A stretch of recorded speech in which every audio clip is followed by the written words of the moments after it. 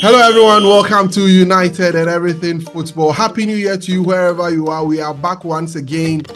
And 2023 is over. We are in 2024. We can promise you a lot of good things will be happening here on this beautiful YouTube channel that we've put together for you here on United and Everything Football. As usual, I'm joined by Kwame Intribuesiaku, who is in his unconventional, he's in the Black Stars shirt. So I'll be getting to you why he's in a Black Stars shirt.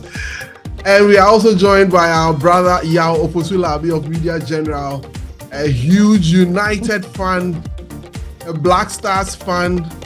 I don't know. I had to say it. Storyteller. I mean, he's a multifaceted gentleman. He's the first guest we actually had on this podcast, and are bringing him back on the show today. So thank you so much for joining. As usual, hit the subscribe button and hit the notification bell so that you can be notified every single time when we come your way with United and Everything Football. I have a big announcement for you, a big announcement for you. So, as you know, we call this podcast United and Everything Football. It's called Everything Football for a reason, because we are just not focusing on Man United, although it's predominantly a United podcast. We are focusing on the Everything Football aspect. So effective 7th January of this month, we'll be bringing you 10 minutes of AFCON daily from the 7th till the end of the AFCON. The Africa Cup of Nations will be coming up next week Friday in La Côte d'Ivoire. So we'll be bringing you 10 minutes daily updates from the AFCON. So do well to join us, subscribe, and hit your notification bell so you'll be able to enjoy everything that we'll be bringing to you. We're bringing to you seasoned, African football aspect. Yao Oposulabi will be on, Kwame Intribuesiaku will be on. We have a lot more lined up for you, so please do well to join us every single time. So starting on the 7th of January, we're bringing you AFCON Daily on United and Everything Football podcast. Thank you so much. We're going for a quick commercial break. When we come back, I'll reintroduce my guest and we'll get into the show.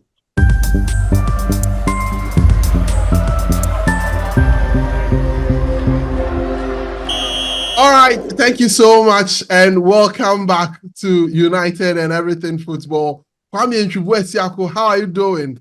I'm good. It's a new year. Now that we're going to talk about United, I must as well, we're back.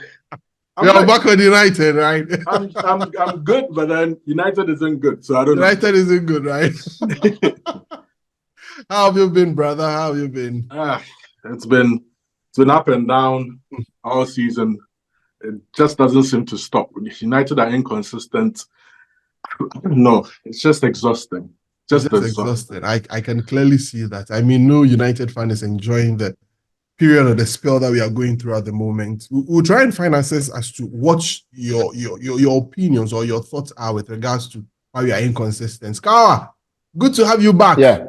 Good to have you back. Oh, thank you so much. Thank you so much. The last time you came, the Arsenal fans, they are still waiting. We've still for that particular podcast, we have Kawawa Day. Yeah.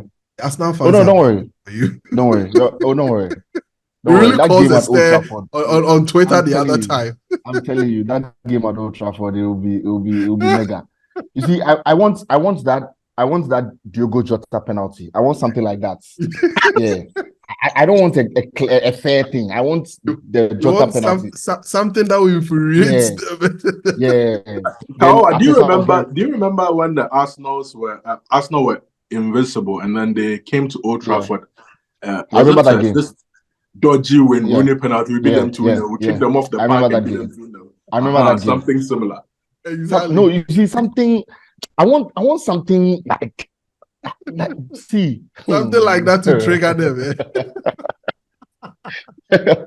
Ateta will probably not. I don't know how Ateta will react to that. He's been talking a lot lately, trying to blame everybody by himself and all of that. So that's basically that. So guys, let's get straight into our issues. So we'll be discussing 3 issues today. we are looking at our inconsistent form. What really is the problem? We'll be looking at that. Sergeant Radcliffe, after the announcement this week, has decided to be at Old Trafford and also at Carrington to get himself acquainted with everything around the club. Remember, during the time where the strategic review process was ongoing, he went to Old Trafford, and at that time he was a bidder, or he was someone bidding to get the club. At this point in time, he entered as the sole majority shareholder of the club, or the leading majority shareholder of the club right now. Just to know exactly what is happening. So we'll be getting into that. Also, we'll be looking at the transfers and our search for the director of football at Manchester United. Let me start with Kawawa. What is the problem? Why have we been inconsistent? Why do we win today? It looks like this game is going to be the turning point. We're going to the next game, and it's been a series of similar events happening over the season. What's the problem, Kawawa? I think that number one, it has to do with the confidence of the players. And when you look at the demeanor of the players, you can just tell that they are just not up for it in a way. And every time we concede, I mentioned that the last time when I was here, that every time we concede, just look at the players, look at how every one of them reacts after we concede. And then just after we score, just look at how they react. And every time after we've scored, and that has been one of our biggest problems this season. And it all boils down to confidence of the players. I mean, I think that it's a huge problem at the moment, because we are not having players who can control games. So even when we score, they are still playing like we are down. And there's this popular saying that says that goals change games and that kind of thing. But you don't see United changing their game when they score, and it has a lot to do with confidence for me. I think number two is what I've always complained about. It's coaching, and I think that has also been one of our biggest problems. The thing is, the last time there was a video I saw on Twitter where most of the goals we've conceded this season have been from cutbacks. They go on the byline, they cut back, they score.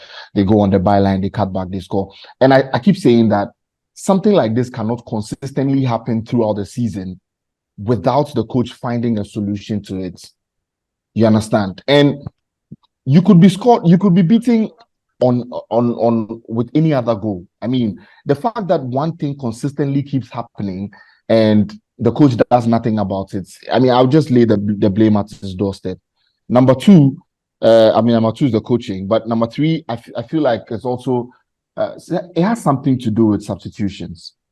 The thing is that we can talk a lot about how many players we've lost, that kind of thing, which is all valid. It's true that we've lost players and that kind of thing, but in instances when we could have controlled the game because X and X player was on, or this player was on and was doing well, and the player is yanked off because Ten Hag feels like, oh, this guy needs to play 60 minutes, or that guy needs to play 70 minutes, or the person on the bench is better suited to play the game. And I'm saying this in relation to the Nottingham Forest game, because the Kobe Menu change for McTominay didn't make sense to me. And I'm sure a lot of United fans across the world will not also will agree with me that change was catastrophic. It was almost as if Ten Hag says, Nottingham Forest have the game. And that was how it went for me. And I feel like some of these things need to change. And that is also another thing that I feel that has been consistent under Ten Hag. The fact that his substitutions have cost us some games.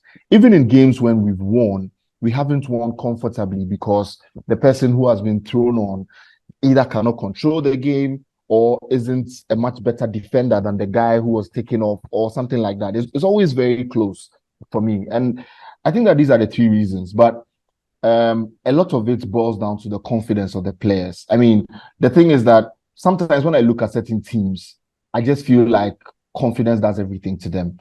If you look at Nottingham Forest in the last game that we lost, I don't think that Nottingham Forest were incredibly coached because Nuno hasn't been there for that long. But there was just a level of confidence. The fact that they had to win for their fans and that sort of thing. So they were a bit more comfortable on the ball and all. And I think that was what really helped them. And I think that for a United player, you need to have that level of confidence. You need to think yourself as someone who's better than the next person in the opposing team because you play for Manchester United.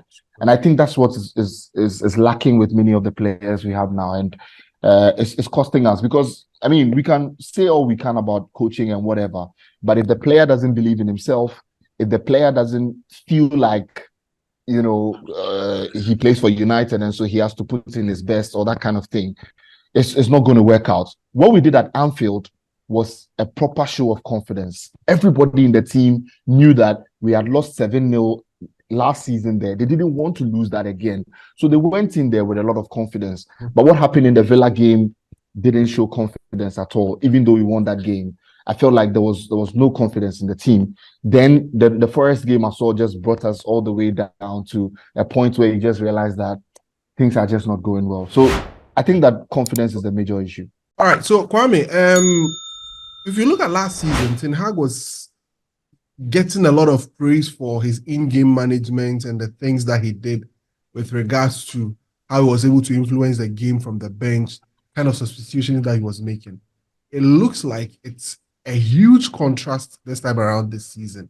What has really accounted for that? Why is he finding himself in this position? Yeah, I made mention of his substitutions that cost us the Nottingham Forest game, but that's not the only game he's made mistakes with substitutions this season that's cost us points. Against West Ham, I think he threw away the game with his substitutions in the second half as well. So it's been a repetitive thing. So not to make any excuses for the manager, he's not managing a crisis he's been faced with well at all. We made mention of that in the last podcast, the podcast that we recorded. Yeah. What I would say is that he hasn't had the complement of his whole squad available to him. It's his last excuse that's left. It's the only excuse that he has for the rest of the season, that he hasn't had a full complement of his squad. The reason why I bring this up is if he does have other players to choose from, he wouldn't be turning to certain players whom, when he does bring on, would rather be a detriment to his team. A case in point is Scott McTominay. Bringing in Scott McTominay at certain times in the game hasn't always proved to be the wisest decision. Bringing him on in place of Meno was a terrible call. Scott McTominay saved him once off the bench and he tended to him for 15, 16 straight games. Yeah. I mean, the moment he had Eriksen and Kobe Meno fit and available to him, he dropped Scott McTominay. I mean, there was a lot of public outcry for him to be dropped, but then it was out of necessity based off the fact that he has better players available to him. So hopefully with Casemiro and others coming back, you would want to see him utilize his bench a lot better. He would have better quality players off the bench to choose from. I think that's what helped him last season with respect to how he managed to change a lot of games in the second half of games. He had quality options available to him. So let's just hope if players do come back, he can make better changes. He can change games better than what he's doing. He's not doing himself a world of good at the moment. But generally, why are we so inconsistent? Well, when I finish with, I'll ask Kawa what has really gone wrong with Ten Hag. I mean, why are we so? Yeah, I made mention of a very good fact that we are conceding similar type of goals. He hasn't remedied the problem. And when you look at the area of the pitch where we are conceding those goals, it's the lack of a defensive midfielder that's supposed to be covering a certain space at a particular point in time. Those goals were being considered when Casemiro was available. Those goals were still being considered when Amrabat was available. It's still being considered now. The only player who hasn't fallen short of, who hasn't made a mistake to that respect is Kobe Meno. But even with Kobe Meno, he slipped up against West Ham in the same area. So it comes back to, why is he playing a single 6? Just the lone defensive midfielder as compared to last season where he used to play a double pivot. Nobody knows why he keeps on doing that, but then it looks like that is how he wants to play this season, and it's not come off. His choice of tactics have not come off this season. So, like y'all said, you have to trace it all back to the manager. And his first point about the players not having any confidence, it stems from the fact that after a period of time when you are playing to a certain tactic from the manager and it's not working, you tend to lose confidence in what the manager is trying to do. So it gets to a point where the players start looking at each other and go like, they're not the only ones. They're not like they're just like the fans. The fans see it's not working. The players on the football pitch also then see that it's not working. And when they lose confidence and trust in you, nothing's going to work. Yeah, what has gotten so bad with Ten Hag? In your opinion, what kind of a manager has he become? Because I know you've lost a lot of confidence in him as a coach over yeah. I mean, I think that he has become the kind of manager that United fans wouldn't want. And I mean, if you're coach of Man United, there are certain tough calls that you have to make. I mean, one of those calls particularly is the issue of McTominay. I mean, it's understandable that we do not have many players to replace McTominay at this point. But I think that something can be done. If you're a coach of Manchester United and you see that there's a player who's deficient in many ways, it is either you play him in a system that helps him or you just drop him because he's not good enough. And I think Ten Hag has been very headstrong in his thinking that McTominay could do something for him. That's number one. Number two is that like they don't want the ball. Like when the ball comes, they just pass it. Nobody wants to hold on to the ball, maybe shrug off 2-3 defenders or take on one. It's one of our problems. There are certain instances when it will be good for you to do that, but I think that in many ways there are certain instances when you don't need to at all. For instance, I mean, why should someone like Amrabat have the ball as a defensive midfielder and want to release it when maybe the person he's trying to pass to is in trouble because he's being tackled, or maybe the next person on the wings there is not particularly good enough. And I think that that's what Ten Hag needs to do. He just needs to find a system that would work. Kwame was talking about the goals we've conceded and the DMs. I feel like another thing that could work for United is maybe if we play two laterals on the right-hand side and then on the left-hand side. Because, for instance, I mean, I remember that game when Ole was around, where we played in Paris. He played Wan-Bissaka and Dalot on the right-hand side, knowing that these guys have a lot of firepower on the wings, and then they will try to come in, cut back, whatever. And so you play two laterals so that side is blocked. The thing is that it is going to affect you in attack, you understand? But in this moment where United do not attack so much and are in a position where they need to protect a goal when they get it, I feel like changing the tactics to try to help the shape of the defense will be more important than trying to get goals, because it's not as if we are scoring goals anyway. At this point, we are not even scoring goals. So the major thing you need to do is just to try not to concede. And I think that is what he has lost out on a bit, because he's still trying to instill something that is not particularly working. And I feel like to stop what is happening at the moment, that is like the barrage of goals we concede, the number of attacks that we get and all of that, it will be very helpful if he tries to design a formation that would help the back line. The thing is, it is one thing that coaches like Klopp and Pep and all of those guys have learned. I mean, who knew that Pep would put someone like John Stones in midfield to play a 6 so they don't concede? It is all about thinking about what you would do to try to help your team so they don't concede. And I think Ten Hag has not done that, because he goes into games, the two centre-backs are a problem. So maybe today Lindelof, Evans, tomorrow Evans, Varane, tomorrow. But it's probably not the central defenders. It is probably the laterals. It's not working. The defensive midfield shape is poor. So what you do is try to find a system that would help the back line. And I mean, I feel sorry for Onana, because for a goalkeeper like him, it is a sharp contrast from where he was last season. At Inter, he may not have been conceding so many shots as he's conceding at United now.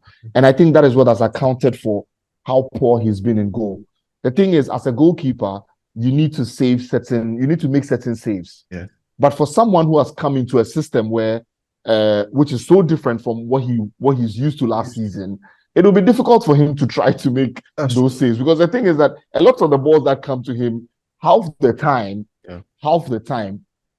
there are balls that you expect your defenders or your defensive midfielders to try to deal with before they get to him. But they don't. I mean, all of these things are not kept, and I feel like that is where our problem is. And if Ten Hag doesn't solve that problem of putting together a formation that would help us defensively, I think that would be his bane. Because look, if we play Spurs on the 14th and we lose the Spurs game at Old Trafford, that would be his clock ticking. I mean, already his clock has begun ticking. There's a new administration. So the time bomb. Exactly. They are trying to do things with the club, trying to bring in sporting directors, whatever. And already we are hearing that Ten Hag is not exactly too happy about, the transfer powers going to be taken away from him and all of that. All of those things are infuriating the board a little. If the results do not go well, then it becomes a problem. Kwame, what will realistically, where do you think our season will end? I mean, given all that has happened, if you take into account, I don't think you're going to turn anything around. I think it's still going to be up and down. The inconsistencies that we are seeing, even with the players coming in. My reason being that the first 2 games of the season, we had the same sets of players available. We had Casemiro, we had Licha, we had all of them. Against Wolves, against Tottenham Hotspurs, these guys were available, and we didn't see exactly what Ten Hag was doing with them. So personally, I don't have any confidence that we are going to see a consistent run of results. Therefore, I don't see us getting into Champions League spot. That's my personal opinion. But what do you think? Because you've been of the opinion that maybe players coming in, that's his last excuse. Like majority of the time, he's had a lot of these players not being available and all of that. But what is realistically your opinion on where our season is going to end this season? I said we needed to win 13 of the 19 games in the second round of the season to get 70 points. Yeah. We already lost the first one. Yeah. So that's down to 13 wins out of 18 games. Yeah. When you look at it that way, from that angle, it looks almost impossible. It looks very, very, very difficult. So our top 4 chances, if at the start of the second round I had it at probably 70%, I'd probably say it's a 50-50 right now. Because we need to go on a championship run to be able to get a top 4 spot. Yeah. So that's our chances of that is actually, gone down. But then there was the FA Cup to play for. He has to do something significant from now till the end of the season to prove that he's the man to work under Ineos. Like Yao said, there are already issues with respect to his position when it comes to the transfers and all that. Yeah. He agreed to come to the club under certain terms under John Murtough and the likes, where he had a lot of control when it came to transfers. It's seen as what he did. He's been seen him bring a lot of his own guys from Dutch football and Ajax and all that, a bit of nepotism here and there. But then those powers seemingly will be stripped from him if what we are hearing. Which everyone should perfectly agree. I think everybody agrees. Yes. Well, I think we'll get to that. But then we are hearing the likes of Paul Mitchell and then Ashworth will be coming. These are seasoned sporting directors who they are big industry players, so they would make huge calls. I'm of the opinion that Erik ten Hag would welcome such help, because the only reason why he probably agreed to come to United under those terms in the first place is he looked at the likes of Murtough and others, and they were not competent enough. If he gets competent enough people to work with him, I think he'll be glad enough to accept the help. The only issue is, will he perform well enough to be the man at the helm of affairs when the summer does come around? He has to get results. So if he's not going to get a top 4 spot, he has to do something in the FA Cup for me. He has to do something in the FA Cup. Something significant must happen for him to stay as the boss as the come the summer. Yeah, because reports has it that as it stands, his position isn't being critically looked at. The keyword is critically looked at. So it takes us into what I want us to discuss next. Sir Jim Ratcliffe, all around at the club at the moment, visiting everyone at Old Trafford. Today we hear he was at Carrington to meet the players and the coach. It's more of a meet and greet, trying to introduce himself to everyone around the club and all of that. Yeah, Sir Jim Ratcliffe, we are yet to hear your opinion on everything that has to do with him and what he brings or what he intends to bring to the club. Being a Boyhood United fan, he already has an organization that is already into sports. They have their own thing that they are doing and all of that. He's in now. What are your expectations as a fan of the club, given the kind of ownership we've had previously? They are still around, but now there is a group that has sporting control, which is the most important or the critical product of the club. What's your thoughts on this, Yao? So I think that my major thoughts on this is that usually I don't like to talk about owners of football clubs, because half the time you realize that these guys have a lot of money, they buy a club, and then it's almost like a toy for them, and then they do whatever they want to their club. But I mean, knowing Jim Ratcliffe and being a Boyhood United fan and with what he's done with Nice already, I mean, irrespective of the fact that they've not won anything, but I mean, Nice are a particularly smaller club than Manchester United, and I think that this should be. I am looking at it from a point where you'd expect that for someone who's a fan of the club, he would want the club to be better than it is. That's where I'm looking at it from. And then number two, I think that all of us know that United have not been United have spent money, but we've not particularly been major spenders, as in a sense that maybe in a space of 3-4 seasons, we spend as much money as, say, what Chelsea have spent. You understand? Mm-hmm. The thing is, the greater share of how good United have been in the last few years, or since I was born, lies in how good we've integrated our youth players. And I think that is one of the things that we have, in a way, moved away from a little bit. It is one of the reasons why things are going the way they are going. The thing is, if the academy is strong enough, if we think that the academy is good and can produce really good talents, can we then give these players a chance? Because, Kwame, we've all complained about McTominay.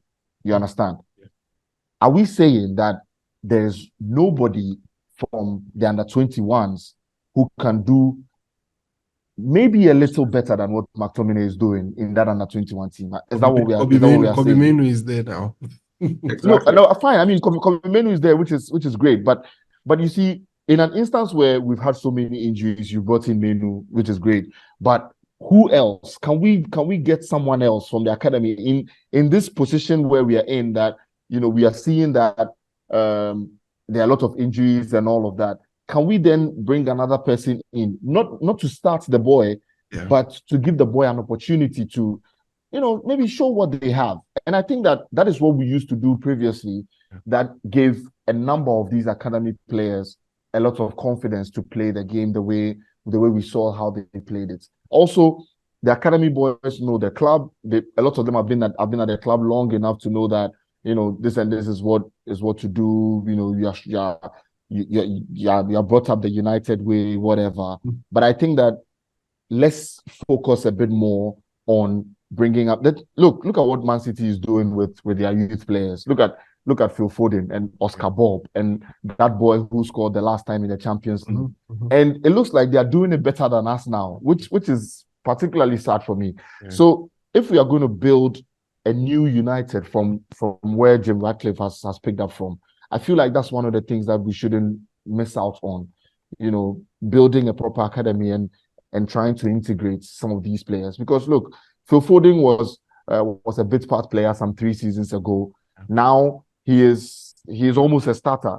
I mean, there are certain games where he comfortably starts. Yeah. In 2-3 years, it could be Oscar Bob, it could be the other guy. Rico Lewis. We have done exactly. We've done so good with and for someone like Cole Palmer, I mean, he was very eager to play. Yeah. But for that, he would have still been at Man City now, and maybe next season or 2 seasons away from there, he could also be in the fold.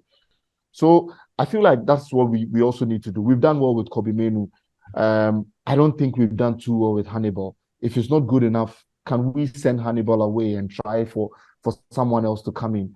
And also, I think that the business we've done with some of our youth players is not good enough. I mean, for how much City sold Cole Palmer for, how many games did Cole Palmer play for City for them to sell him for that price to Chelsea? You understand? If we are playing our academy players, and then for someone like, let's say someone like Zidane Iqbal, look at how much we sold Iqbal for. Look at how much we sold. A chunk of our academy players leave the club, and then the club gets like 2 million or 1 million. It's not great. Don't you think it has to do with the state of the team at the moment? Given, let's say, United, the quality of the talent counts one. That's number one. Secondly, the state of the team, because if you take Cole Palmer, he's in a very well-functioning Manchester City team. And we see what he does when he comes in. It's the value of the player at a certain level. Therefore, you are able to get a certain level. You go to a club like Chelsea, yes, they may be down, but over the last couple of years, they've been known for producing high-quality talent. Even if they are not good for the first team, they've had very good loan spell. You take players like Livramento, had a very good loan spell in Southampton. Chelsea got about 20 million for him when they sold him to Newcastle. I mean, all of these things, but unfortunately for us at United, generally things aren't going well, and there's also the thing of people at leadership levels who are also not good enough in marketing and selling these players for us. Hence, the 2 million, 700K fees that we are extracting for some of these players. So I think that, I mean, what I'm saying is that I feel like there are a lot of problems at Manchester United now. And I know that for now, Ratcliffe will try to tackle where we are on the table and the kind of players we are bringing in, the wage structure and all of that. Yes. But all I'm saying is that after all of that is done, I feel like that is another part of the team that we need to look at. In a sense of like marketing these boys, making sure that these boys are leaving if they are leaving the club, they are making the club money when they are leaving and all of that. But I mean, if he's bringing in Paul Mitchell, Dan Ashworth and those guys, I have a lot of, that gives me a bit of confidence that they are going to try to get it right for United. Yes. The last time I was talking to one of our friends, Akomia, on the timeline, and I was talking about, he was talking about structure and all of that, and then I was telling him that look at what West Ham have become, because they've had someone who has an eye for a good player. You understand? You and I know, I mean, the two Kwames, you and I know that there's no way on this earth that David Moyes signs a player like Paqueta. It's not going to happen. Yes. There's no way he signs Edson Alvarez. There's no way he signs Mohamed Kudus. This type of player is Thomas Soucek and the likes. Exactly. So his sporting director said no. Yes. Exactly. And that's what I keep telling my friends, that if David Moyes had sole control of transfers at West Ham, he would have bought 5 Souceks and start all of them. That's it. You understand? But you see, you have someone who has the eye and says that this guy is good enough, let's buy him. And I think that, in many of the teams, especially in a club like Real Madrid, where, they are at that level, Florentino Perez looks at this guy, he says, this guy is good, I buy him, I give it to the coach. You have to make it work. You understand? And those are some of the things, because the thing is, the total control we give to coaches is what has not particularly helped us. Because look, Kwame, right now we've signed certain players who we are not even seeing any impact. And certain like not one. Can't use these boys when they come exactly. in. Yes. Exactly, and that has been our problem because, for instance, if let's say if Ten Hag leaves and then another coach comes in, what does the coach do with Anthony? Maybe a player like Anthony or a player like Mason Mount and these guys, and that has been the problem. So if Paul Mitchell is coming in, if Dan Ashworth is coming in, I just want to see some good players coming in at United, and they shouldn't be players who are overly established elsewhere, because I think that we've tried that and it hasn't worked too. We've tried buying established players and it hasn't worked. So let's just try to find certain talents and then put them in and see how that works for Man United. But I mean, I have a lot of confidence that if this is done, if the Ineos guys get it right this season, from the start of next season, maybe it's not going to win us the league, or it's not going to get us any substantive trophies, but it is going to change one thing about the club. That is the general culture, and then the culture change will just it will just multiply into what could potentially happen to the club in the next 2 years. Absolutely, Kwame. Kao has really touched on an area that I wanted us to touch. That's the sporting director and the role that they will be playing in the club. We've already mentioned some of these things in our previous episodes where we've talked about this whole family and friends business that has got the likes of John Murtough, and he brings his own set of people. I mean, I always say that United should always go for the best. And the names, I've particularly been happy with some of the names that have been linked to the club. I mean, if I don't know, please kindly touch on these names, what it means to us, and then we can quickly do the transfers, and then we'll bring down the curtain for today's episode. Kwame. All right, so I think it starts with is it Sir Dave Brailsford? What's his name? Brailsford, yes, Sir Dave Brailsford. Yeah. He will be on the board, Yes. Yeah, but then he represents Ineos on the board. On the board. The whole sporting project of Serge and Jean-Claude Blanc. They will be representing. Jean-Claude Blanc will be the CEO. They'll be on the board together, but Blanc will still be CEO. Okay, all right. So these are... Ed Woodward was on the board, but was executive chairman. If you remember, that was the designation. Got it. Yeah. Okay. You look at the body of work of these guys. I think the Blanc was the guy who brought Juventus back to Juventus after everything, the Calciopoli and everything. He helped them build a stadium and everything. And ironically, Old Trafford also needs to be rebuilt. So you look at it and then it's like he's the right man. And we are looking at bringing Ashworth, who worked at Brighton, brought in the likes of Mitoma and blah, blah, blah. We know them, Caicedo and all, sold them for good money. He's gone to Newcastle and done a similar job. I think he's going to be proposed to be the sporting director, and under him not the sporting director. Yeah, the sporting director. Be the sporting director. Then, and possibly Paul Mitchell as the head of recruitment. Exactly. So that's like if you put all these names together and it does come to fruition, that's a solid team. A solid team. I'm glad Kawawa brought up the fact that for now we need to sort out the first team first. It's not just about the first team. It's about, like he mentioned, the academy and the first team. I think it's easier to bring through younger players if the team is doing well. You have a first team where if a young player comes in, it's not under immense pressure to perform. Exactly. So I think that's what's helped City with the likes of Foden and then all those other young players. They come into a team that over the past decade, we have blown through cash. But when you talk about the success rate of our signings, it's not been great. So it's not just about spending money. We need to spend money and spend it well on the right type of players. They don't need to be £100 million players, €100 million players. They just need to be the right kind of players. We need to build a solid first team, and then we can buy better quality talent into the academy. That's been our bane over the past decade since Sir Alex Ferguson left. Our academy went down. A team that has won the most FA Youth Cups could barely make it past the knockout stages in the FA Youth Cup. It was being won serially by City and Chelsea. And that's how come they produce the best talent that is sold for a lot of money. No Despite not coincidence even at having all. first team football. Coincidence about that. Exactly. So we need to buy good talent into the academy. Yeah. You've seen the likes of Garnacho and the rest coming because we paid good money for them. That's how come they're able to make first team appearances. For a while, that wasn't the case in the academy.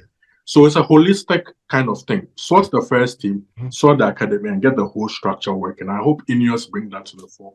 All right. Yeah. A minute on our transfer so far. Jadon Sancho looks to be going out on loan. Donny van de Beek going on loan to Frankfurt. It looks as if we are not, due to FFP restrictions, we are likely to get a loan deal or two. United in 6, there wouldn't be any major deals happening. What's your expectations? I mean, Timo Werner. I mean, as a United as a United fan, I've never really had expectation when it comes to signing players in January. So I'm not expecting too much in this transfer window. I mean, for players like Sancho and Van der Beek, I mean, we've all known that they have to be shown the door. And for someone like Van der Beek, I actually feel sorry for him because he's a player I really like. Yeah. But the United spell didn't quite work out for him, and so I wish him well at Frankfurt. I hope he does the best he can. For Sancho, I mean, he brought this on himself, and so now that he's going, and it's good for him that he goes. But also, the loan deal for Timo Werner, to be honest, I don't know how it's going to work out. I mean, I don't know how it's going to work out. Again, or Igalo this time. I don't. Well, how is it going to? Exactly. I don't really want to talk about it because I don't know. So you don't know how you go. Hopefully it works out. Yes. I mean, if it works out, we thank God. But I mean, Timo Werner is not particularly a player that I would want at United. Yes. But hopefully it works out. Let's see how it works. Kwame, in some few seconds, we are just about leaving. What I would say is that for people who don't know why we are not buying players in January, if you didn't believe FFP was real, you just have to look at Everton and Forest right now and what could happen to City and Chelsea. FFP is real. We've mismanaged things so far till this point, and hopefully with Sir Jim's injection investment, exactly, we will be out of all this FFP stuff, and in the summer we can go hard in terms of our recruitment. All right. Thank you again very much, guys. It's been great having you on this episode of the podcast. Yao Ofusula B. Kawawa, thank you for joining us. Thank you, Kwame. And to you, remember to hit the subscribe button and hit the notification bell. We are always coming your way. We are coming your way with AFCON Daily. Please do well to join us. AFCON Daily, please. AFCON Daily. Yes, it's very, very important. Subscribe. Have a great time and enjoy yourself.